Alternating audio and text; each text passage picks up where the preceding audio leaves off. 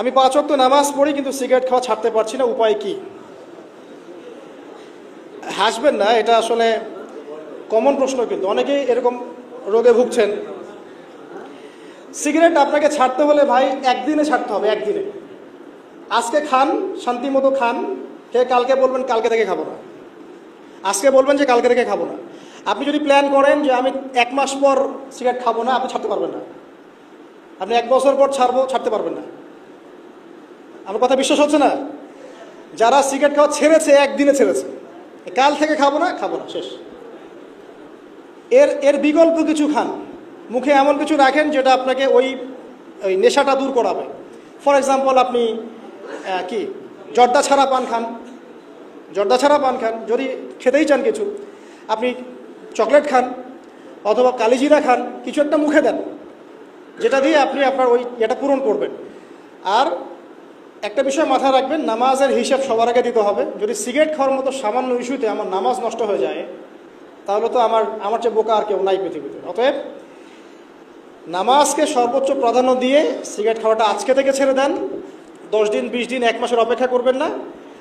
আরেকটা কাজ করবেন, সেটা হলো কন্টিনিউয়াসলি আপনি সারাদিন আল্লাহর জিকির করতে থাকবেন। চলতে ফিরতে সুবহানাল্লাহ, আলহামদুলিল্লাহ, আল্লাহু আকবার, লা ইলাহা ইল্লাল্লাহ, সূরা ফালাক, সূরা নাস, ইখলাস পড়তে থাকবেন। আল্লাহ আপনার মুখের মধ্যে নূর দিবে ইনশাআল্লাহ। আপনার ওইসব মুখে দিতে ইচ্ছা করবেন ইনশাআল্লাহ। অনেক যুবক স্টুডেন্ট বয়সে রিজিক নিয়ে টেনশন করে। স্টুডেন্ট বয়সে কি রিজিক নিয়ে টেনশন করা উচিত?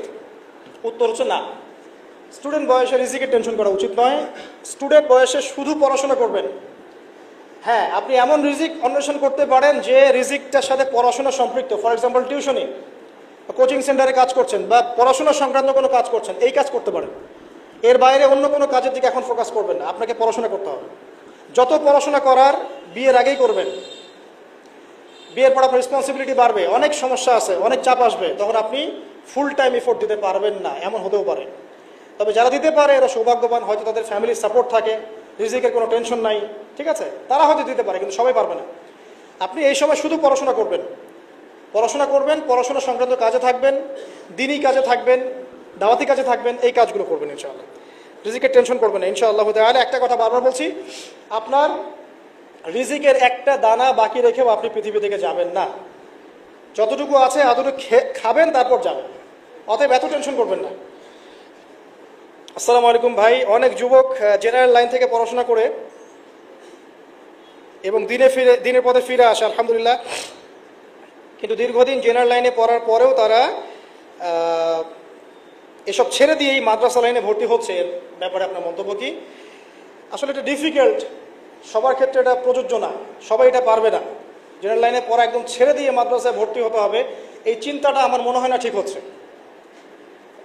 আমার পরামর্শ হচ্ছে, আপনি জেনারেল লাইনে যে সাবজেক্টে পড়েছেন, ফিজিক্স হোক, কেমিস্ট্রি হোক, বায়োলজি হোক, মেডিকেল সেক্টর হোক বা ইঞ্জিনিয়ারিং সেক্টর হোক, যে কোনো সেক্টর হোক না কেন, আপনি আপনার ওই জ্ঞানটাকেই ইসলামের কল্যাণে কাজে লাগানোর চেষ্টা করেন। That's all. এটা ভালো হবে ইনশাআল্লাহ। একজন ডক্টর, সে কি ইসলামের খেদমত করতে পারে না ভাই? একজন ইঞ্জিনিয়ার পারবে না? একজন পলিটিশিয়ান, সে যদি ইসলামের আদর্শ লালন করে, সে পারবে না খেদমত করতে? সবাইকেই কি আলেম হতে হবে? সবাইকেই কি মাদ্রাসায় ভর্তি হতে হবে? Not necessary. কিন্তু যে সিলেবাসটার কথা বললাম, এই পড়াশোনাটুকু করার জন্য আপনার আলেম ওলামার সোহবত দরকার। আপনি আলেম ওলামার সোহবতে যাবেন। সোহবত কি জিনিস? মানে আপনি তাকে দেখে শিখবেন। একজন আলেমের কাছে দেখা সাক্ষাৎ করবেন, তার দার্সে যাবেন, তার খুতবা শুনবেন, তার সোহবতে থেকে আপনি পরামর্শ নিয়ে জীবন করবেন। এটা বেটার হবে ইনশাআল্লাহ তাআলা। আল্লাহ পাক বোঝার তৌফিক দান করুন।